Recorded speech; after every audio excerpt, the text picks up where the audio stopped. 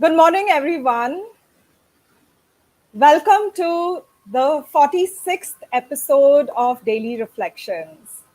I can't believe it's already number 46. It's been a real pleasure hosting these conversations every day. When I first started, it was something that I did as a lark, but it's taken a life of its own. I really enjoy waking up, thinking about my guest, wondering what's their journey about.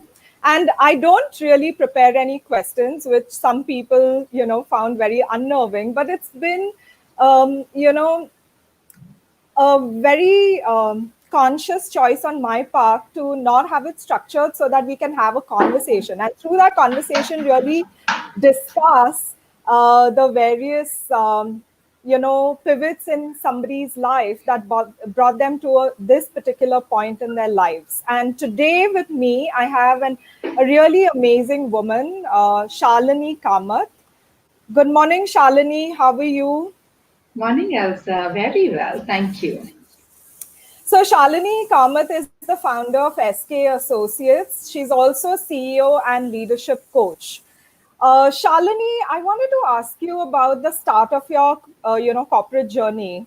So you went off as a very young girl to Africa, and you worked with the governments of Zambia and Botswana in social development, in education and social development. So can you share a little bit about that experience? Because I'm guessing, when I took my first flight, I had to go to the bank, get my foreign exchange stamped on my passport. And it was such a big ordeal in a way, and also excitement to go abroad in those days. It wasn't as simple as booking a ticket, and then going off to the airport and taking a flight. So, what was that experience like? How did you land up over there in the first place? So, Elsa, before I answer your question on that one, first of all, I want to thank you for making me get dressed after 40 days in a sari. I can't tell you how happy I feel today. I feel myself finally. So, thank you for that.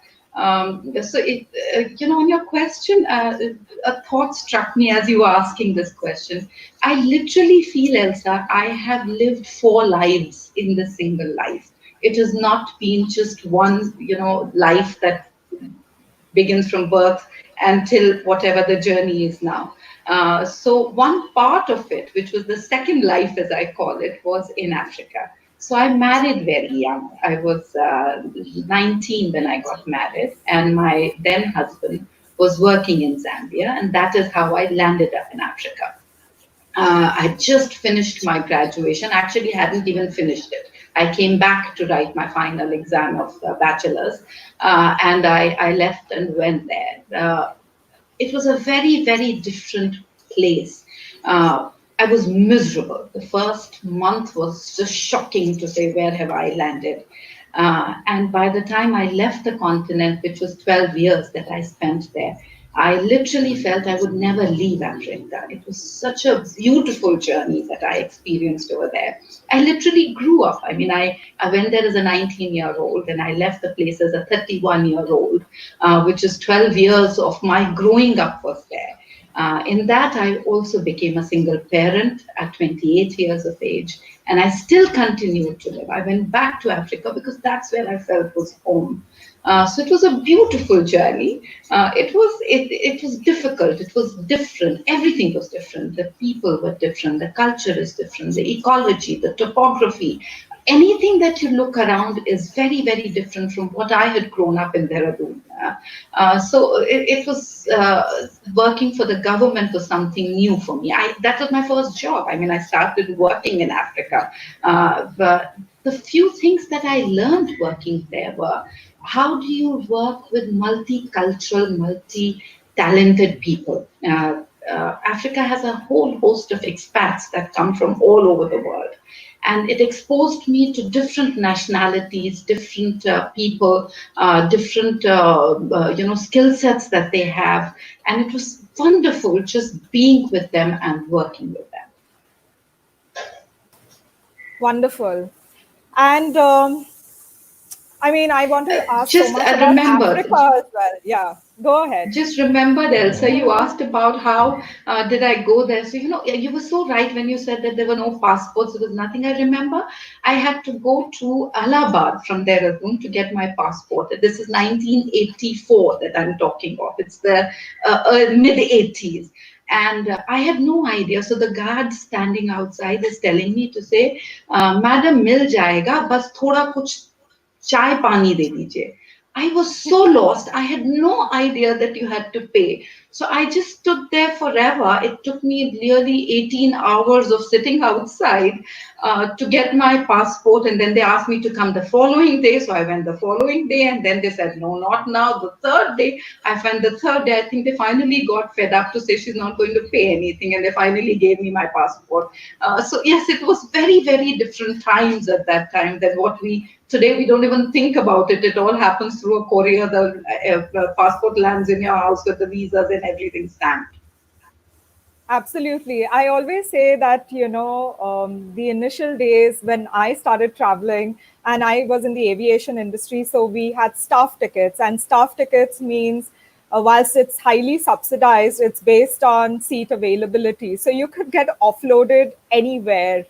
And it was a real lesson in, fending for yourself, thinking quickly on your feet, staying calm in the face of uncertainty, and so many things. I mean, also being frugal. We didn't have credit cards in those days. So whatever Forex you took on your passport Yeah. outside of India, that was the only thing available to you, because there was no way for anyone else to get the money to you. We didn't And have Elsa, emails either. and the journey time. If we were flying, it wasn't that we were going by ship or anything like that. So from Dehradun, we would take a flight, a little tiny little aircraft from that aerodrome that was there, and land up in Delhi. Then we had to spend the night in Delhi at Palam Airport. It used to be Palam then, right? Then we had to spend the night over there to take a flight from there to go to Dubai. From Dubai, we had to take another flight to go to Johannesburg. From Johannesburg, we had to take another flight either to go to earlier when we went to Zambia, which was just a short period, just a year, to Lusaka, and later to Gaborone, which is Botswana. So it was like literally by the time we would leave our home and we would reach, it would be like 3 to 4 days journey that you were taking flights after flights to reach a place. I mean, it was just unbelievable how long it took. Yeah, I can imagine. And when I was at Kingfisher Airlines, we actually put a narrow body aircraft, a bigger aircraft from an ATR to Dehradun, and it became such a popular flight from Delhi that we actually had four a day, and it did extremely well. So from a tiny airport, it became one of the big centers, I would say, It that was is. feeding It is. the rest of the network. So yeah. I remember the first time when I came back to Dehradun after my first, I'd gone as a young married girl, and then after a year I came back and I landed in Dehradun. As I was coming down from the aircraft, I could actually see my family waiting behind one barbed wire, because that's all that was there, and they could come and receive you right there. So it was those times were different. Yeah. I want to talk about your book. So, over the years, you've had all these incredible experiences, which we will come to, the companies that you worked with and the current work that you're doing. But I'm really interested in this book, Breakthrough: Secrets of Growth, Happiness, and Bounce Backs from Women Around the World. Can you share some of these stories? So I had gone to Delhi for a conference, and over there we met a group of women. We kind of met, and two of them, Anjali and Sindhu, they took the initiative and said that why don't we put together a book of stories of 14, 15, 16 of us that are there with a chapter each, and that's across global. So we have actually in that book a chapter that is dedicated to each woman, her life journey, the 16 of us that got together, and what can be learned from that. So the way the book was structured was to say there's a story, then there is to say what is it that a learning is for myself, what did I learn from here, and then a little thing about what can be the learning for you. So that's how it is. So the women are from actually across all continents, across the globe, and it was a fascinating journey together to put the whole thing together and come out with a book. And thanks to the two who took the lead on it. So that's what the book is about. I've And very always been interesting very stories in that. I've always been very fascinated with especially women's stories, because they're never linear. I mean, nobody's journey is linear, to be very fair. But I feel with women, there's so much more. There's so many layers to their story. The challenges that they have to undertake to assert themselves, to prove their worth in a way. Sometimes it is challenging family, sometimes it's society, and really, um, I would say thriving against odds. There are a few who, it might seem that it's come easy to them, but when you start to dig under the surface, you will also find that they have gone through challenges which they may have not recognized as challenges. So are you, and I have written, I have with She the People, a series called Global Girls, which is only my international friends from my various networks, amazing women. I'm doing Daily Reflections, which has been mainly women. I've had Amazing Grace, which was another Facebook series. And I'm going to start another written format, again, with She the People, on Indian women, some of the Indian women. So what are the common trends that you saw in these 16 stories? Because they are across the world. So, Yeah. sometimes we are more common than we are different. So, did you see any common trends emerge? So one thing that struck me as I went through is that each one that had put a story together had gone through some or the other challenge in their lives, whether they were from the developed world or whether they were from the developing or underdeveloped. All three, there was something that had happened in their life which kind of made them change, made them become who they were. And so that was there in each one. So that's one thing that I noticed. But the second thing that I noticed is somehow, despite having 50% of the sky to ourselves, we still don't really have that in the true sense in terms of freedom or equality. Even within the educated, it's still not there. So that's another thing that struck me in those stories, to say that we think that people coming maybe from a Sweden or Netherlands where everything is equal, they would still be treated in that manner. That is not the case. That same freedom is not there for our gender as it is for the others. These were the two things that struck me. So now you are a leadership coach, you work with CEOs, you work with organizations on leadership development and diversity, as well as you help them with change and transformation. With another guest the other day, we really spoke about coaching and the importance of coaching for women who want to make that change happen. Do you work? I'm assuming you work with everyone, not necessarily only with women. But I wanted to ask you about your experience, Yes, go ahead. I your can hear you. experience, your experience with a coach as a coach, and second is, why is coaching important, especially for women? If at all you feel that there is a specific need for that. So before I answer your question, there is a difference between mentoring and coaching.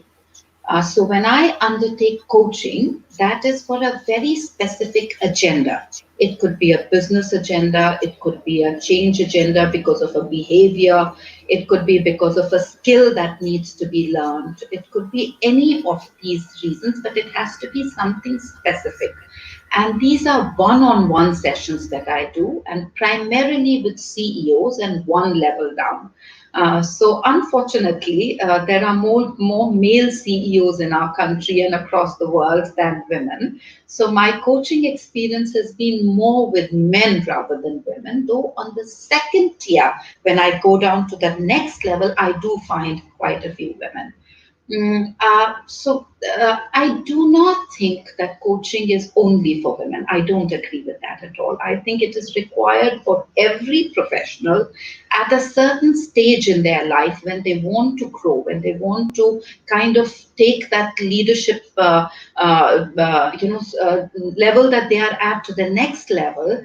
They need to get aware of what are those things that are actually prohibiting them to taking that next leap in their career. And coaching comes really helpful at that juncture in their career, because it helps them understand what are those things that need to be changed. And there could be two or three that come out, but normally we work with one of those coaching agendas. So that's what I work on, and the experience has been really fascinating, not just from the point of view of the individual as to what is it that the individual takes back from there, a lot that you take back from there, because they, for this coaching to be really effective, there has to be complete trust between the two. And for that to happen, the coachee has to really tell his or her story completely. You have to know that person as well as you know you. So there are so many people that I know so well now, because of this journey that I took as a coach, and I'm thankful for it, because they've helped me understand that life is not just difficult for us as women, it is also difficult for men in a very different way.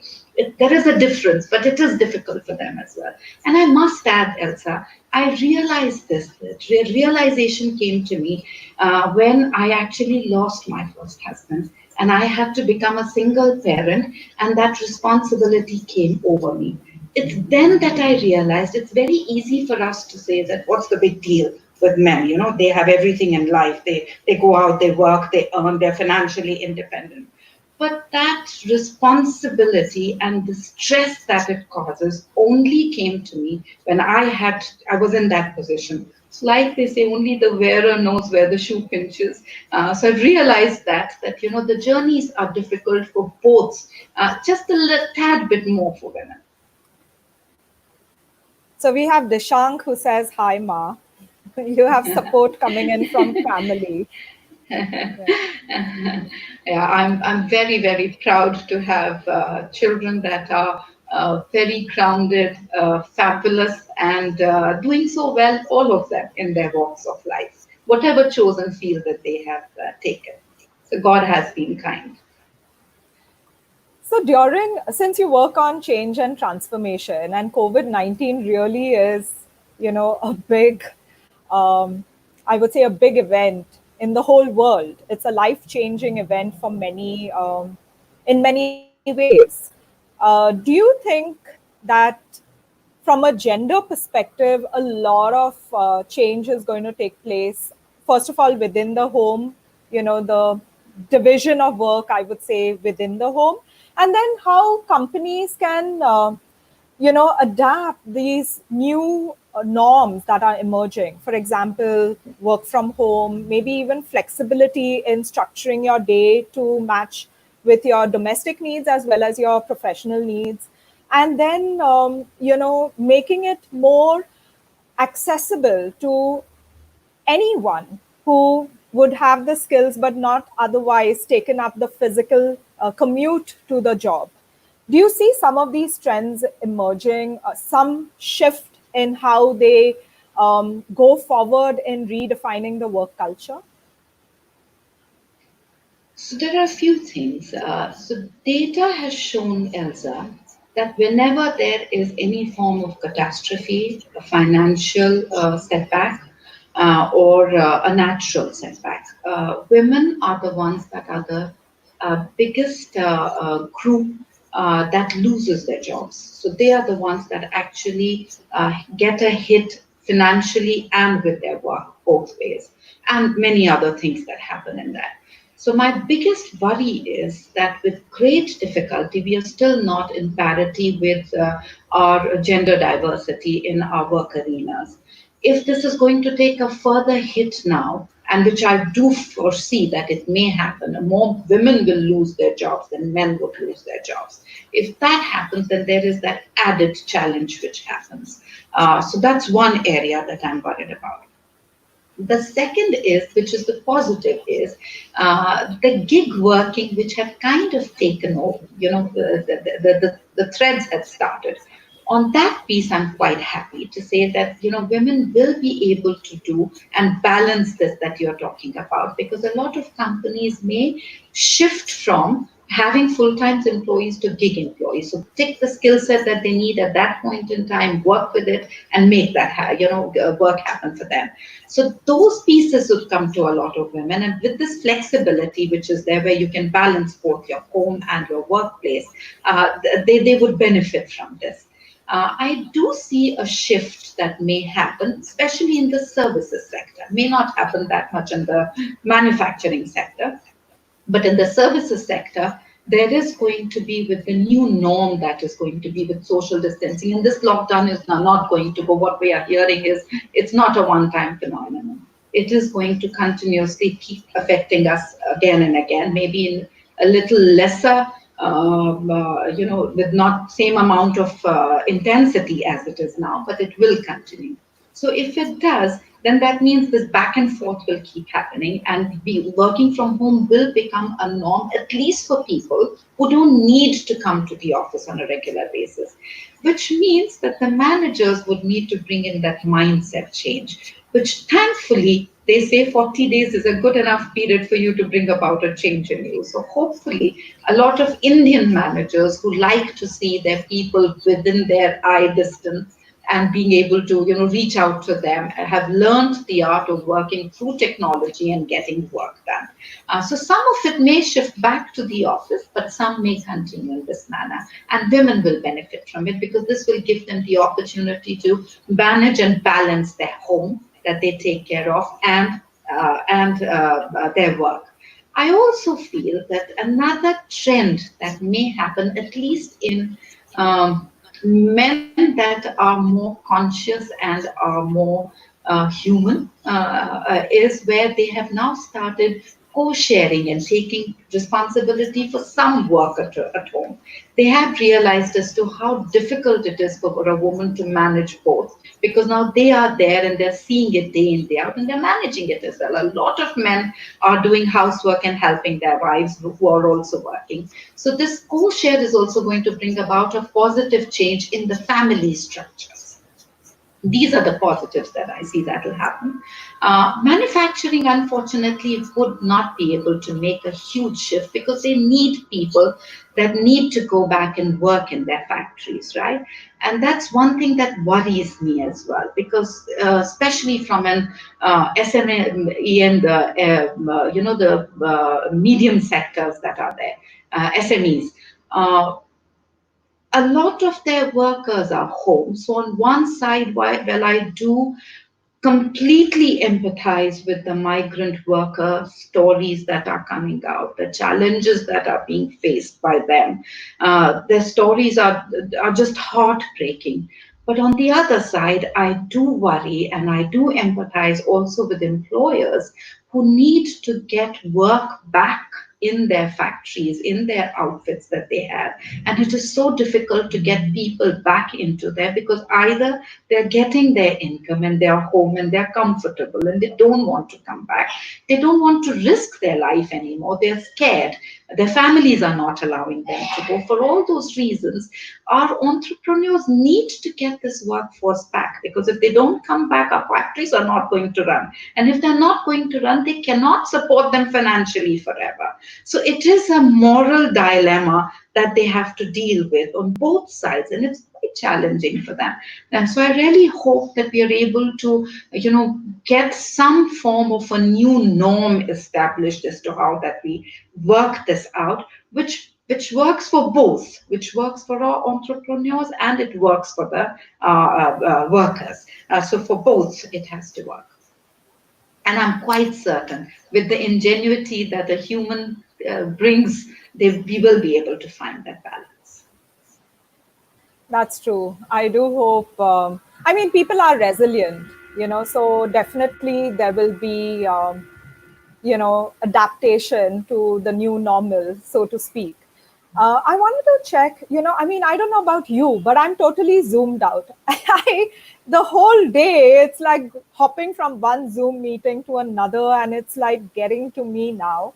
It's like 50 or 50 plus days in a lockdown mode. And we've always worked from home.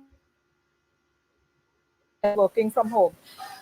But as we recognize that companies are adapting as well, do you think there should be some kind of rights for employees in a way that companies don't push them to work consistently? Like, for example, in my organization, I have put out a directive saying every 90 minutes, take a 15-minute break, and the 15 minutes has to be outside of a digital device. Go stand at your window, look out, look at the tree, look at something, but not a screen.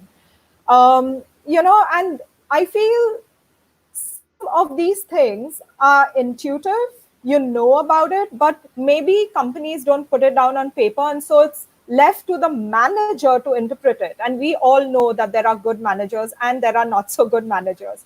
So do you think, like, just like how teachers and others are adapting to digital facilitation skills, there has to be some kind of guideline that is coming as a directive from the trade bodies or the CII or whatever, for HR professionals to implement within their companies? Like, how do you work from home? Like in the West, where they have already incorporated, not every day, but they had the options.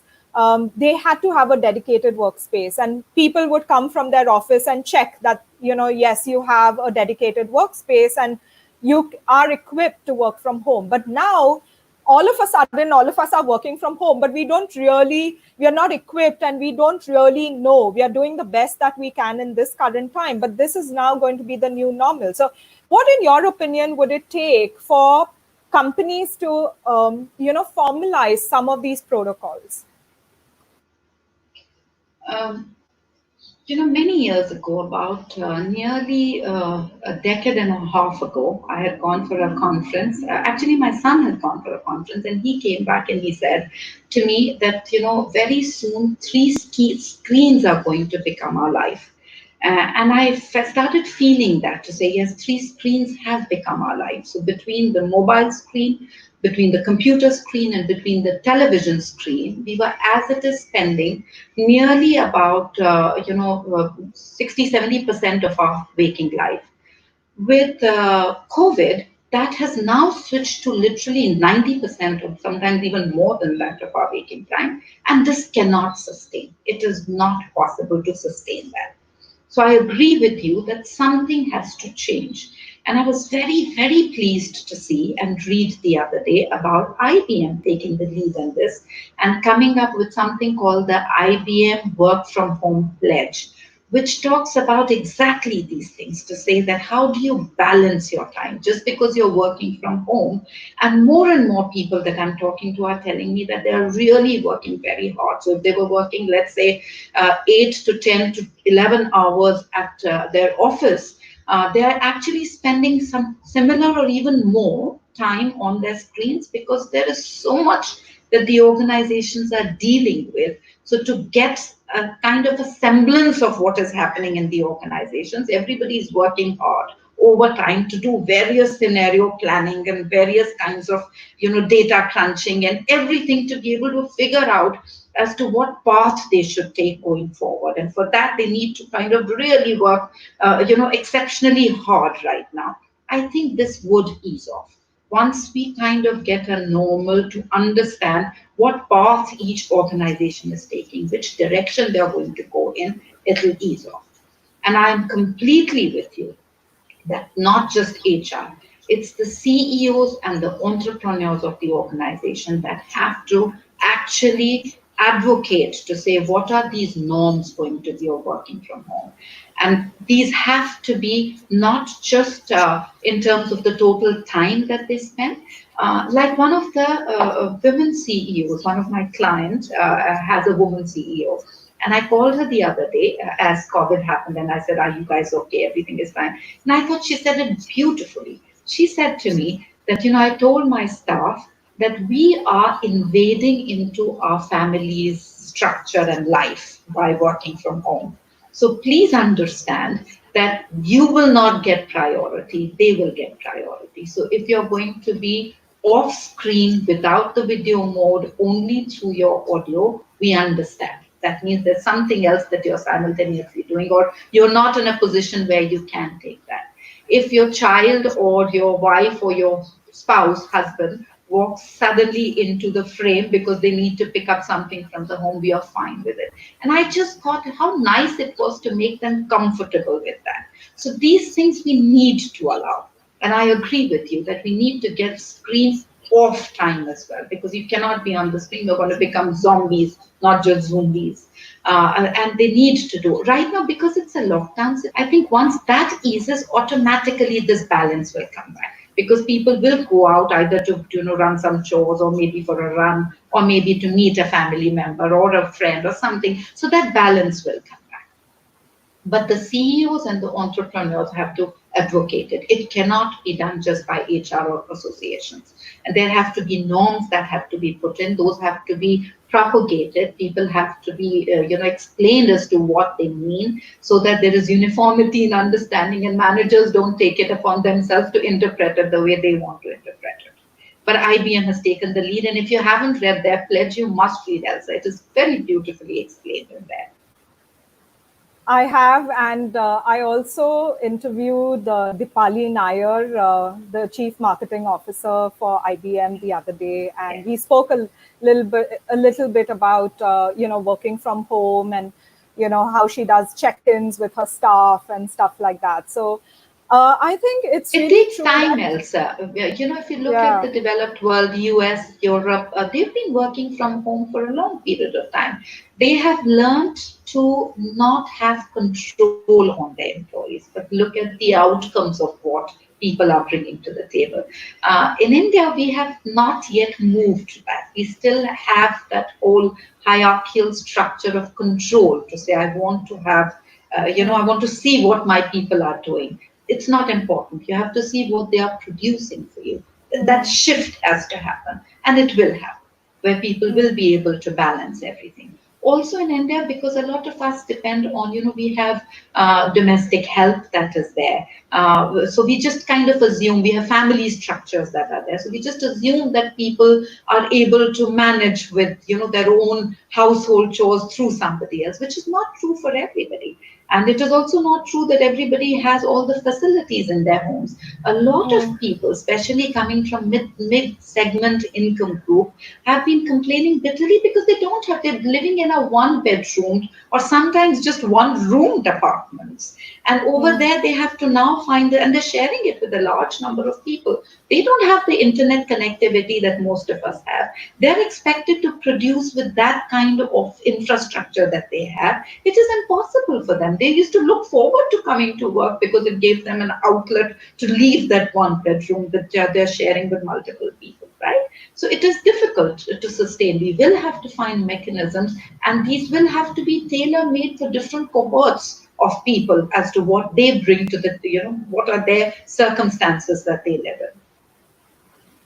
These are such great inputs, and I hope people out there listening can start thinking about this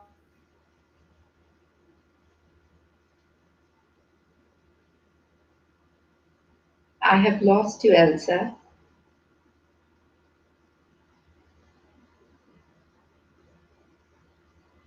Elsa, I've lost you.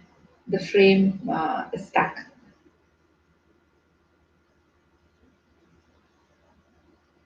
Technology, as they say, can sometimes let me just message.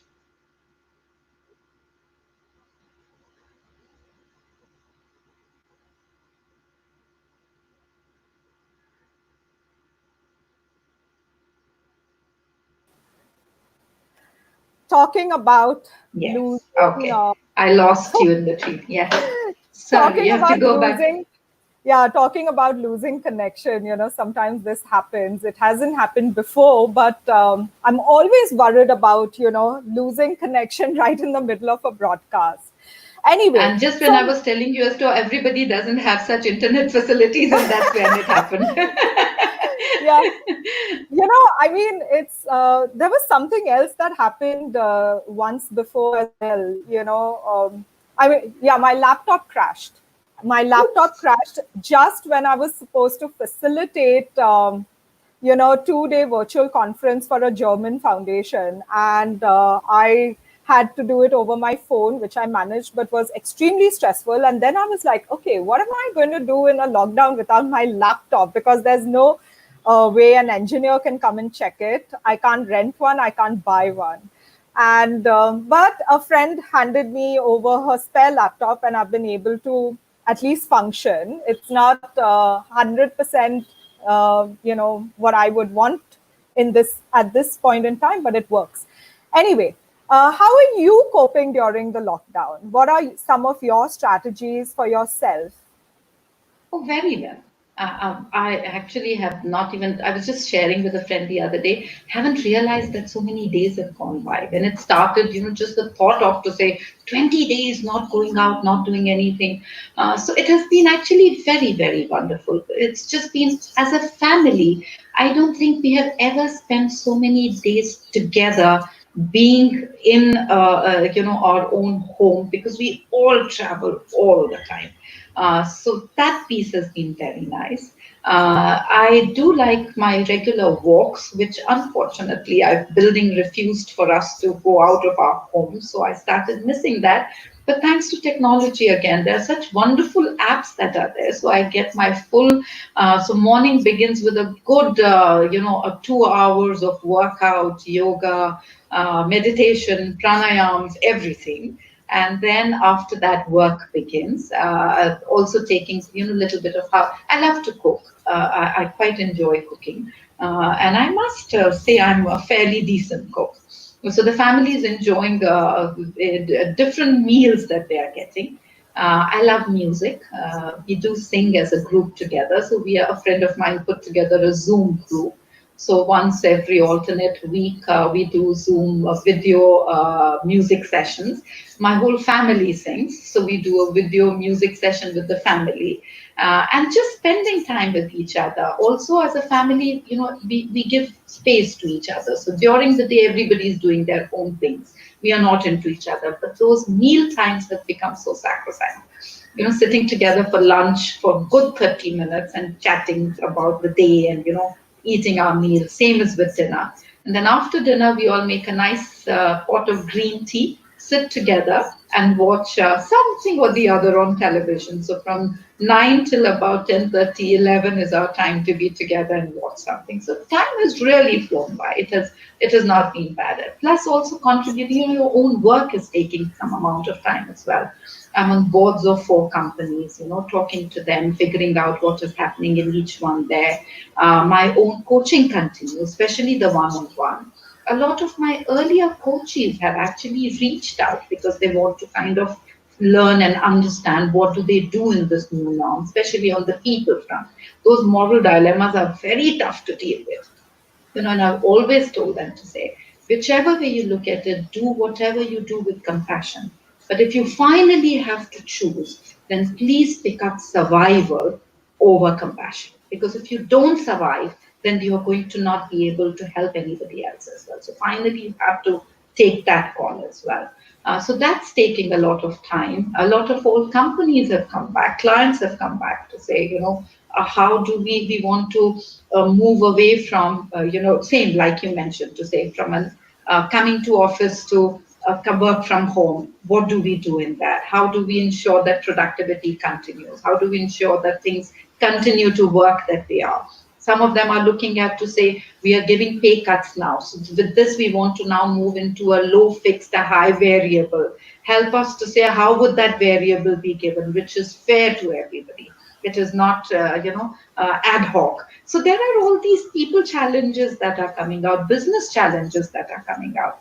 I'm part of a CEO network. So we do a Zoom call every Sunday for an hour to brainstorm and say what ideas can be given to the government to look at, what do they need to do industry-wise, because that's a comprehensive group of people from all industries, and each industry is putting together a white paper to say how do we contribute and help the government to give what is required for the economy to flourish. Because if economy doesn't come back, there is going to be more unemployment. With more unemployment, there's going to be less consumption. With less consumption, there is again going to be a downflown economy, and it's going to be a never-ending situation. We don't want that. We want the economy to come back.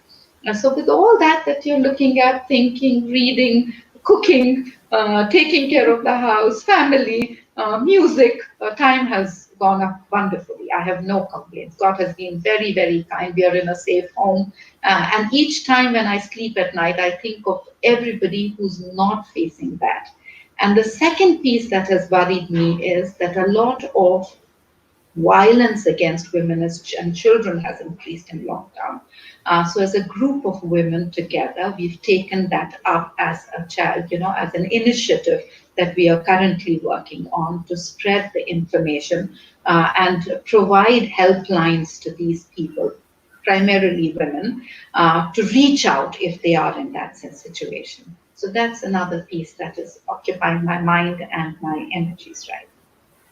Thank you for that. And I just want to say that on starting this Friday, 15th of May, Red Dot Foundation is starting a new initiative called Safe Circle for survivors of domestic violence at 3 p.m. And you can sign up, and it's a safe space to share stories as well as learn strategies from other survivors, and also listen.